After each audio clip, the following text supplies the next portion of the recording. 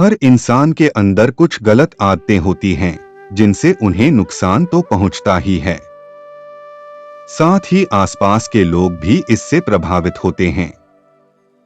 इसलिए हमें अपनी बुरी आदतों को समय के साथ बदल लेनी चाहिए, वरना आगे चलकर बहुत ही पछताना पड़ता है। बुरी आदतों को छोड़ना थोड़ा मुश्किल हो सकता है, लेकिन थोड़ी कोशिश और डेडिकेशन से उन पर काबू पाया जा सकता है। अपनी बुरी आदतों की पहचान करके बिहेवियर में बदलाव लाकर जीवन में सकारात्मक बदलाव लाने शुरू किए जा सकते हैं। ऐसी ही एक लोक कथा प्रचलित है। तो हम आपको एक कहानी के बारे में बताने जा रहे हैं, जहां एक पिता अपने बेटे के बुरी आदतों से परेशान है। एक पिता अपने छोटे बेटे की बुरी आदतों से बहुत परेशान था। वह कई बार अपने बेटे को समझा चुका था, लेकिन बच्चा हर बार यही कहता था कि वह जब बड़ा होगा तब वह सारी बुरी आदतें छोड़ देगा। कुछ दिनों बाद गांव में एक संत आए। संत बहुत ही सरल स्वभाव और विद्वान थे। संत से जो भी मिलने आता था, वह उससे आसानी से मिल लेते थे और उनकी समस्याओं का निराकरण करते थे। जब पिता को संत के बारे में पता चला, तो वह भी उनसे मिला और अपने बेटे की समस्या बताई। संत ने पिता से कहा कि कल तुम अपने बेटे को मेरे पास बगीचे में भेजना। अगले दिन पिता ने अपने बेटे को संत के पास बताए गए बाग में भेज दिया। बच्चे ने संत को प्रणाम किया और दोनों बाग में टहलने लगे। कुछ देर बाद संत ने बच्चे को एक छोटा सा पौधा दिखाया और पूछा कि क्या तुम इसे उखाड़ सकते हो। बच्चे ने कहा कि ये कौन सा बड़ा काम है, मैं इसे अभी उखाड़ देता हूँ, और बच्चे ने पौधा उखाड़ दिया। थोड़ी देर बाद संत ने बच्चे को थोड़ा बड़ा पौधा दिखाया और उसे उखाड़ने के लिए बोला। बच्चा खुश हो गया, उसे ये सब एक खेल की तरह लग रहा था। बच्चे ने पौधे को उखाड़ना शुरू किया तो उसे थोड़ी ज्यादा ताकत लगानी पड़ी, लेकिन उसने पौधा उखाड़ दिया। इसके बाद संत ने बच्चे को एक पेड़ दिखाया और कहा कि उसे उखाड़ दो। बच्चे ने पेड़ का तना पकड़ा, लेकिन वह उसे हिला भी नहीं सका। बच्चे ने कहा कि इस पेड़ को उखाड़ना असंभव है। संत ने बच्चे से कहा कि ठीक इसी तरह बुरी आदतों को जितनी जल्दी छोड़ देंगे उतना अच्छा रहेगा।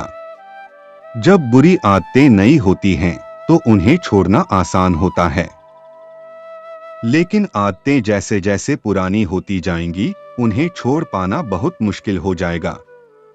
बुरी आदतों के कारण जीवन में दुख बढ़ता है। किसी बुरी आदत को छोड़ने का पहला कदम उसकी पहचान करना है। अपने व्यवहार पर चिंतन करें और पहचानें कि कौन सी आदतें आपके जीवन में समस्याएं पैदा कर रही हैं। उन्हें लिख लें ताकि आपके पास एक स्पष्ट तरीके से सोच पाएं कि किस चीज पर काम करने की जरूरत है। बुरी आदत को पूरी तरह से खत्म करने की कोशिश करने के बजाय इसे सकारात्मक व्यवहार से बदलने की कोशिश करें। कोई भी आदत इतनी बड़ी नहीं होती कि आप उसे छोड़ नहीं सकते, बस अंदर से एक मजबूत फैसले की देर है। आचार्य चाणक्य ने कहा है, बहुत से गुण होने के बाद भी एक बुरी आदत सब कुछ बर्बाद कर सकती है। इसीलिए बुराई से हमेशा दूर रहें। गुणों से मानवता की पहचान होती है, ऊंचे सिंहासन पर बैठने से नहीं। महल के उच्च शिखर पर बैठने के बावजूद कौवे का गरुड़ होना असंभव है। हमें मानवता को उन नैतिक जड़ों तक वापस ले जाना चाहिए, जहां से अनुशासन और स्वतंत्रता दोनों का उद्गम हो। मानवता की सेवा करने वाले हाथ उतने ही धन्य होते हैं, जितने परमात्मा की प्रार्थना करने वाले होंठ। मस्तिष्क कोई कचरे का डिब्बा नहीं है, जिसमें आप क्रोध, अहंकार, लोभ, मोहमाया और जलन रखें।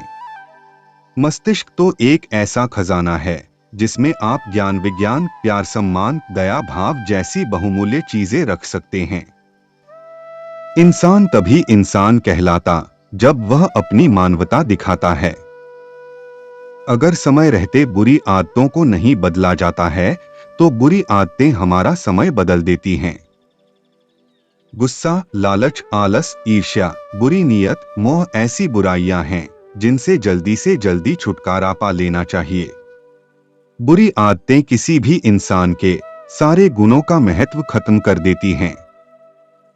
अगर समय रहते बुरी आदतें छोड़ी नहीं जाती हैं, तो हमारा पूरा जीवन नकारात्मक ढंग से बदल सकता है।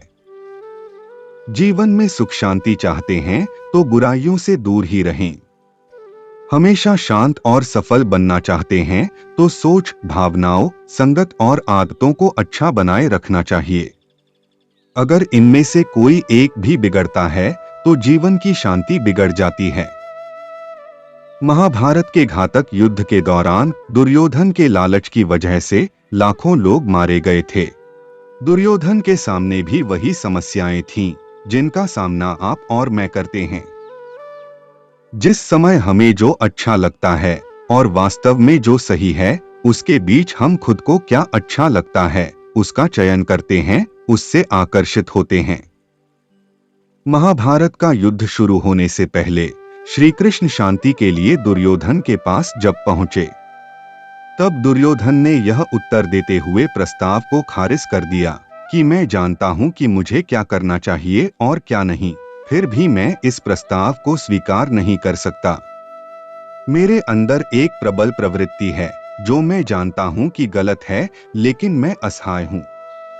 इसी तरह दुर्योधन के विरोधी पक्ष में खड़े अर्जुन को भी इसी दुविधा का सामना करना पड़ा। उन्होंने श्री कृष्ण से पूछा, ऐसा क्यों होता है? मैं अपने आप को कैसे नियंत्रित करूं?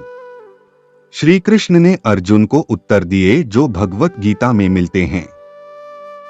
श्री कृष्ण कहते हैं, सदृशं चेष्टाते स्वस्या प्रकृतिर्ज्ञानवान्ति प्रकृति यान्ति भूतानि निग्रह की करिष्यति। अर्थात ज्ञानवान व्यक्ति भी अपनी प्रकृति के अनुसार काम करता है, जीव अपने स्वभाव का ही अनुसरण करता है। ऐसी स्थिति में उपदेश या शासन वाक्य वो भी क्या काम आएगा तुम्हारे? श्री कृष्ण कहते हैं, इंद्रियसेन्द्रियस्यार्थे रागद्वेषौ सुरक्षाओ तयोर्न वशमात् क्षेत्तो ह्यस्य परिपंथिनो। अर्थात इंद्रियों का इंद्रिय विषयों के साथ स्वाभाविक रूप से राग और द्वेष होता है, किंतु मनुष्य को इनके वशीभूत नहीं होना चाहिए, क्योंकि ये आत्म कल्याण के मार्ग के अवरोधक और शत्रु हैं। श्री कृष्ण कहते हैं, जब तक हमारा भौतिक शरीर हमारे साथ है, तब तक उसकी देखभाल के लिए हमें इंद्रियों के विषयों का भोग करना पड़ता है। श्री कृष्ण आवश्यक उपभोग को रोकने के लिए नहीं कहते, किंतु वे आसक्ति और विरक्ति के उन्मूलन का अभ्यास करने का उपदेश देते हैं। अच्छाई और बुराई हमारे कर्मों में होती है। कोई व्यक्ति बांस से तीर बनाकर दूसरों को घायल करता है, तो कोई बांस से बांसुरी बनाकर दूसरों मधुर स्वर सुनाता है। इसीलिए अच्छाई और बुराई के अंतर को समझे और जीवन में अच्छी आदतों का चयन करें, अभी भी देर नहीं हुई है। दोस्तों, आशा है आपको वीडियो पसंद आया होगा। ऐसी ही मोटिवेशनल वीडियोस के लिए चैनल को सब्सक्राइब करें, वीडियो को लाइक और शेयर करें। धन्यवाद।